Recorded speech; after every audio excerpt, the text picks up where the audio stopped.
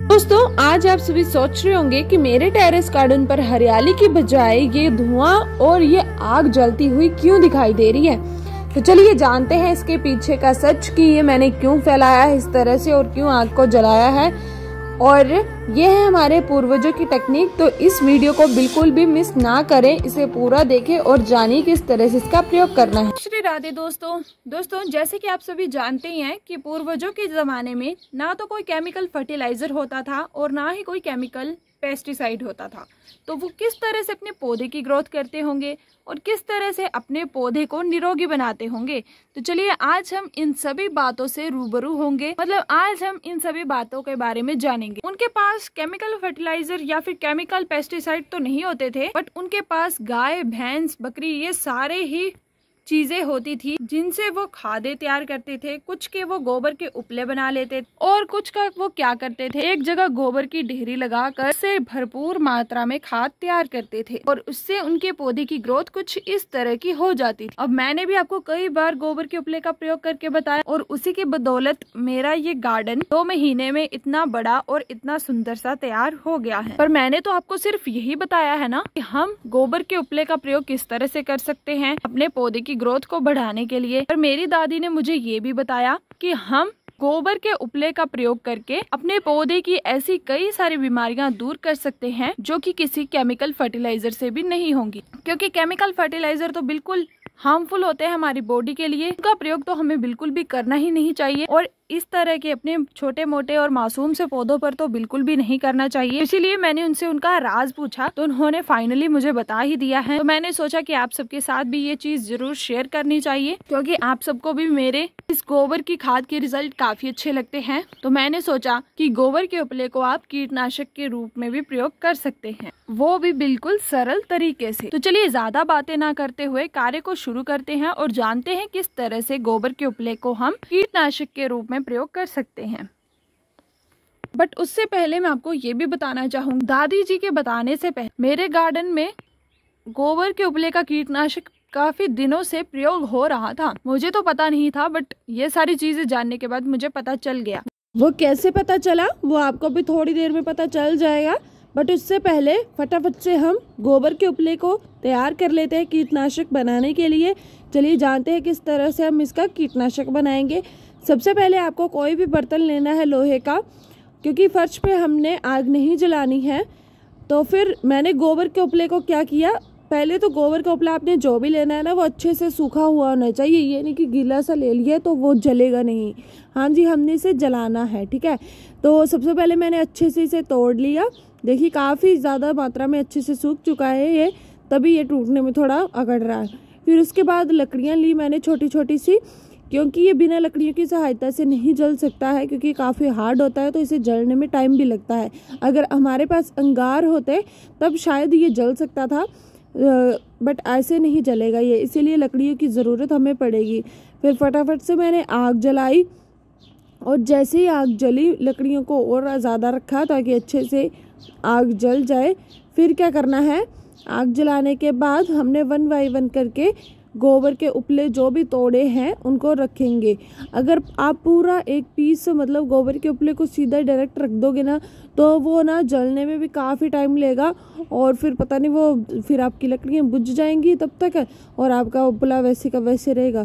तो इसीलिए उनको छोटे छोटे टुकड़ों में ब्रेक कर ले ताकि वो आसानी से टूट जाए। तो आग जैसे जली तो मैंने ऊपर इसे अच्छे से यहाँ पे रख दिया ताकि ये भी जले और फिर इसका धुआं क्रिएट हो। हाँ जी, मेन चीज़ यही है कि हमने इसका धुआं क्रिएट करना है। देखिए गोबर का उपला रखने के बाद फिर से मैंने लकड़ियाँ डाली। अब फिर से हम यहाँ पे रखेंगे गोबर के उपले को। अभी काफ़ी सारे टुकड़े बाकी हैं, देखिए यहाँ पर ये रख दिया, एक और भी होगा उसे भी रख देंगे। फिर जैसे ही हम रखेंगे, जैसे ही लकड़ियाँ अच्छे से जलेंगी और ये भी जलने शुरू हो जाएंगे तो हमारा धुआं अच्छे से फैलना शुरू हो जाएगा।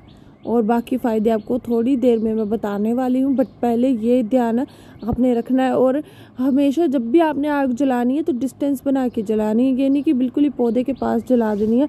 देखिए मैंने काफ़ी डिस्टेंस मेंटेन किया और बीच में से रखा है। फिर क्या करेंगे, उससे पहले आप देख लीजिए काफ़ी अच्छे से हमारे उपले भी जलना शुरू हो चुके हैं और इनमें से भी धुआं निकलना शुरू हो चुका है। तो ये धुआं एकदम बेस्ट होता है। यही है हमारे पूर्वजों की टेक्निक जो कि वो अपने खेतों में अपनाते थे।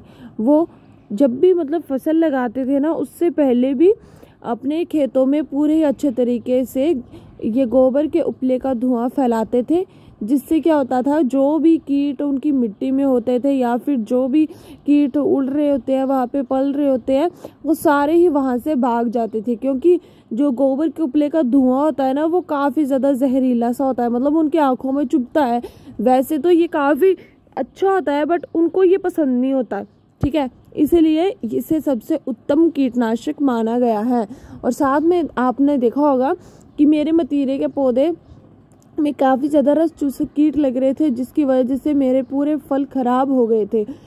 तो मैंने आपको कहा था ना कि इसका प्रयोग मेरे गार्डन में पहले से भी हो रहा है, क्योंकि मेरे घर के मतलब टेरेस गार्डन पर साथ में ही चिमनी है जहाँ से रसोई घर का धुआं आता है। तो हम ना रसोई घर में मतलब चूल्हे में गोबर के उपले का भी प्रयोग करते हैं आग जलाने के लिए, और जब उसका धुआं निकलता है तो वो सारे पौधों से क्रॉस होता हुआ जाता है।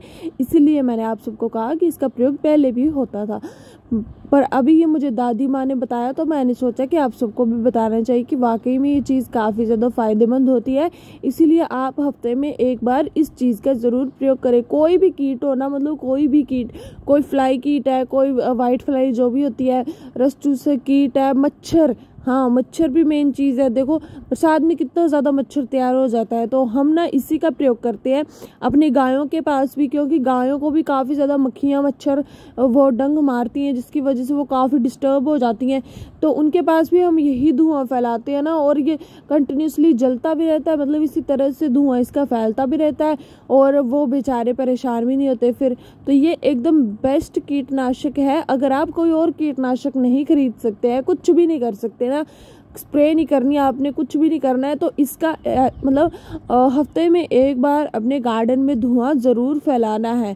और आप सोच रहे होंगे कि इस धुएं से तो हमें एलर्जी हो जाएगी, इस धुएं से धुआं हमारे लिए ख़राब होगा। तो मैं आपको बता दूं कि धुआं ये हमारे लिए बिल्कुल भी ख़राब नहीं होता। आपको पता भी होगा कि कई सारे देवताओं को जब हम धूनी लगाते हैं, उनको इन्हीं गोटों की धूनी लगाई जाती है, इन्हें गोटे भी कहते हैं ना, तो इन्हीं की धूनी लगाई जाती है। तो ये एकदम बेस्ट है। जो कि भगवान को लगाई जाती है चीज़ें, तो सोचो वो हमारे लिए हार्मफुल होंगी क्या? बिल्कुल भी नहीं। और ये हमारी गौ माता के गोबर से बनाया गया है, तब तो ये एकदम बेनिफिशरी है हमारे लिए भी, हमारे पौधे के लिए भी, हमारे इन्वायरमेंट के लिए भी। बस ये हमारे दुश्मनों को हार्म करेगा, हमें कुछ भी नहीं करेगा, ठीक है।